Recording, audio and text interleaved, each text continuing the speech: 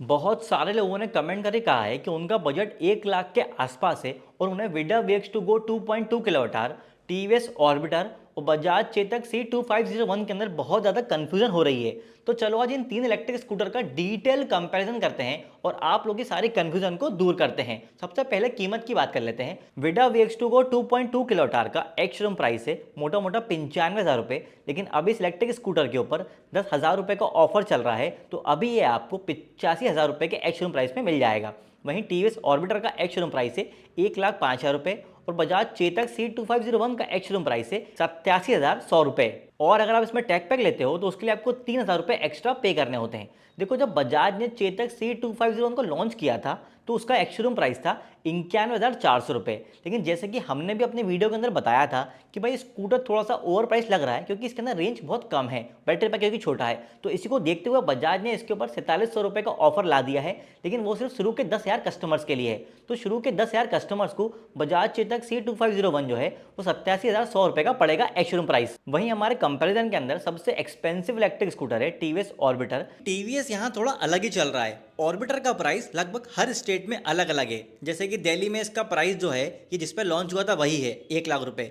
मध्य प्रदेश में इसका प्राइस है 1,05,000 रुपये, उत्तर प्रदेश में 1,08,000 रुपये और राजस्थान में तो ये बहुत ही ज़्यादा महंगा है 1,13,000 रुपये और छत्तीसगढ़ में तो ये उससे भी ज़्यादा महंगा है 1,16,000 रुपये। और महाराष्ट्र के अंदर इसके ऊपर अभी 3,000 रुपये का कैशबैक भी चल रहा है जो कि बाकी स्टेट के अंदर नहीं है। तो टीवीएस ऑर्बिटर अगर आप लेने का प्लान बना रहे हो तो वेबसाइट पे देख लेना कि आपकी स्टेट के अंदर क्या प्राइस में मिल रहा है। अब देख लेते हैं कि भाई इस प्राइस में इन तीनों इलेक्ट्रिक स्कूटर्स के अंदर क्या क्या फीचर्स ऑफर हो रहे हैं। तो अब बात कर लेते हैं बैटरी के बारे में। चेतक के अंदर 2.5 किलोवाट का बैटरी पैक है। इसकी आईडीसी रेंज 113 किलोमीटर से एक्चुअल में आपको 85 से 90 किलोमीटर के बीच एक्चुअल रेंज मिल जाएगी। और इस इलेक्ट्रिक स्कूटर के साथ 750 वाट का चार्जर आता है जिससे इसे 0 से 80% घर पे चार्ज करने में मात्र 2.5 घंटे का टाइम लगेगा। वहीं टीवीएस ऑर्बिटर के अंदर 3.1 किलोवाट का बैटरी पैक है। इसकी आईडीसी रेंज 158 किलोमीटर से एक्चुअल में आपको 110 से 115 किलोमीटर के बीच एक्चुअल रेंज मिल जाएगी। इसके साथ 650 वाट का चार्जर आता है जिससे कि इसे 0 से 80% घर पे चार्ज करने में 4 घंटे 10 मिनट का टाइम लगेगा। वहीं विडा वीएक्स2 के अंदर 2.2 किलोमीटर का बैटरी पैक है। इसकी आईडीसी रेंज 92 किलोमीटर से एक्चुअल में आपको 60 से 65 किलोमीटर के बीच एक्चुअल रेंज मिल जाएगी।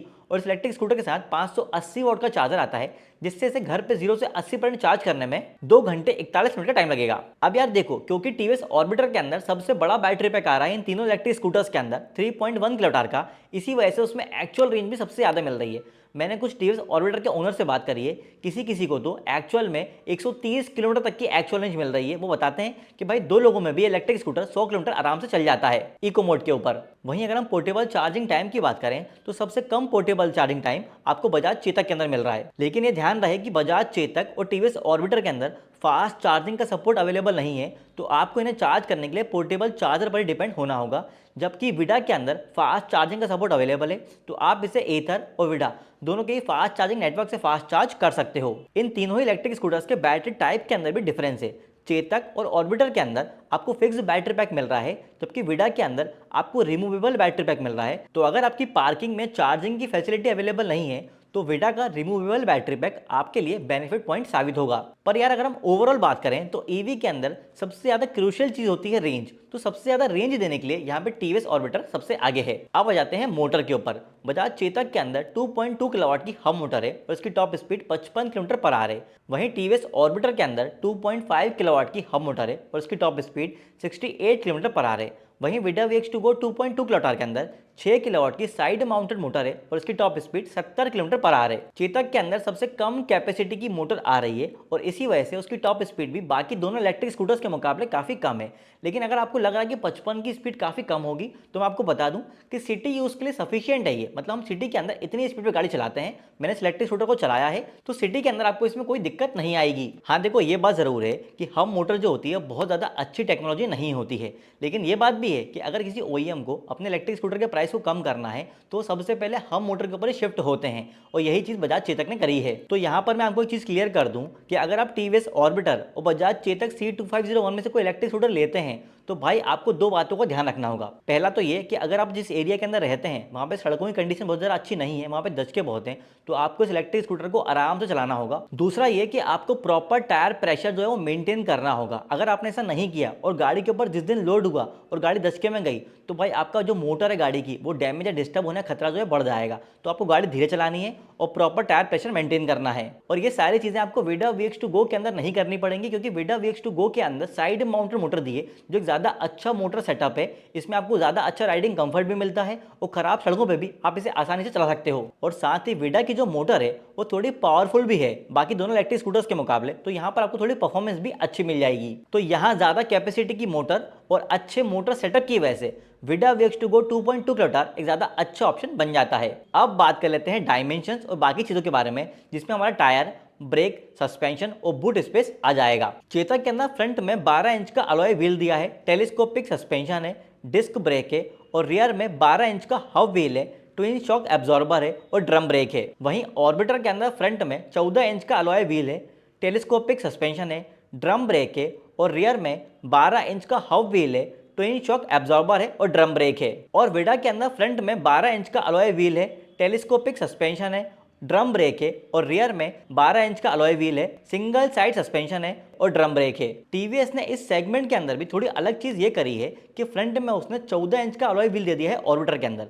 14 इंच का अलॉय व्हील से बेनिफिट ये होता है कि आप दचकों में जब गाड़ी निकाल रहे होते हो खड्डों में, तो आपको हैंडल के ऊपर झटके ज़्यादा फील नहीं होते हैं। जबकि चेतक इस कंपैरिजन में एकमात्र इलेक्ट्रिक स्कूटर है जिसमें फ्रंट में आपको डिस्क ब्रेक मिल रहा है, इसलिए ब्रेकिंग सबसे अच्छी यहाँ पे चेतक की होगी। वहीं विडा के अंदर दोनों ब्रेक्स ड्रम ब्रेक्स हैं और विडा के अंदर क्योंकि पीछे सिंगल साइड सस्पेंशन दिया हुआ है, तो अगर आप गाड़ी पे लोड देके खराब सड़कों पे निकालोगे तो यहाँ पे आपको थोड़ा डिस्कंफर्ट फील हो सकता है। जबकि सस्पेंशन सेटअप जो है वो चेतक और ऑर्बिटर के अंदर ज्यादा अच्छे मिल रहे हैं। लेकिन भाई जिस सेगमेंट में ये तीनों इलेक्ट्रिक स्कूटर्स आ रहे हैं, मेरी सलाह ये रहेगी कि आप इन्हें भाई धीरे ही चलाना, क्योंकि अगर आप इन्हें थोड़ा भी तेज चलाओगे तो आपको एक्चुअल रेंज जो है वो मिलेगी ही नहीं, आपको बहुत कम रेंज मिलेगी। बाकी यहाँ पे कम प्राइस में भी डिस्क ब्रेक देने की वजह से यहाँ पे चेतक एक ज्यादा अच्छा ऑप्शन बन जाता है। और अगर मैं बूट स्पेस की बात करूं तो बजाज चेतक के अंदर आपको 25 लीटर का बूट स्पेस मिलता है, टीवीएस ऑर्बिटर के अंदर आपको 34 लीटर का बूट स्पेस मिलता है, जबकि विडा के अंदर आपको 33.2 लीटर का बूट स्पेस मिलता है। इन तीनों ही बूट स्पेस के अंदर सबसे बड़ा डिफरेंस ये है कि बजाज चेतक का जो बूट स्पेस है वो बहुत ज़्यादा गहरा है, तो इसमें आपको फुल साइज का हेलमेट जो है वो इजीली आ जाएगा, जबकि टीवीएस ऑर्बिटर का जो बूट स्पेस है वो थोड़ा लंबा है। यहाँ पे मैं आपको डायमेंशंस के अंदर एक और मेन चीज़ बता देता हूँ। अगर आप एक कम सीट हाइट वाला इलेक्ट्रिक स्कूटर ढूंढ रहे हो और उसका कर्व वेट भी कम हो, तो भाई यहाँ पर कंपैरिजन में वो बजाज चेतक C2501 है, क्योंकि इसका कर्व वेट मात्र 108 किलो है और उसकी सीट हाइट भी काफ़ी कम है। मतलब 5 फीट हाइट वाले भी इस इलेक्ट्रिक स्कूटर को आसानी चला सकते हैं। तो अगर आप कोई ऐसा इलेक्ट्रिक स्कूटर ढूंढ रहे हो जिससे आपके घर में फीमेल्स भी आसानी से चला पाए, तो भाई यहाँ पर वो बजाज चेतक C2501 है। अब बात कर लेते हैं डिस्प्ले के बारे में। चेतक के अंदर कलरफुल LCD डिस्प्ले दिया हुआ है, जिसमें कॉल और music control, reverse mode, hill hold assist और बेसिक फीचर्स मिल जाते हैं। वहीं ऑर्बिटर के अंदर 5.5 इंच का LCD डिस्प्ले दिया है, जिसमें turn by turn navigation, cruise control, Bluetooth, call alerts, geo fencing, time fencing, crash of all alert और एंटी थेफ्ट अलर्ट जैसे फीचर मिल जाते हैं। वहीं विडा के अंदर 4.3 इंच का LCD डिस्प्ले है, जिसमें Bluetooth, turn by turn navigation,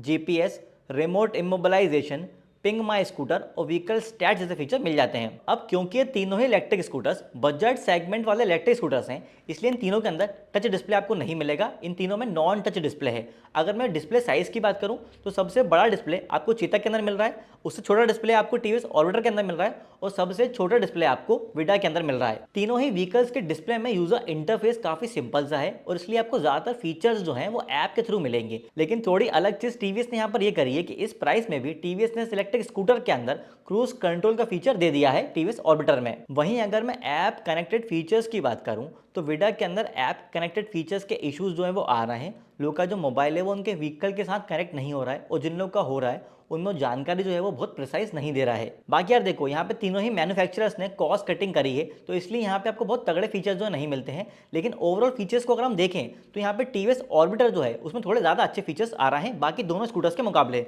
अब बात कर लेते हैं वारंटी के बारे में।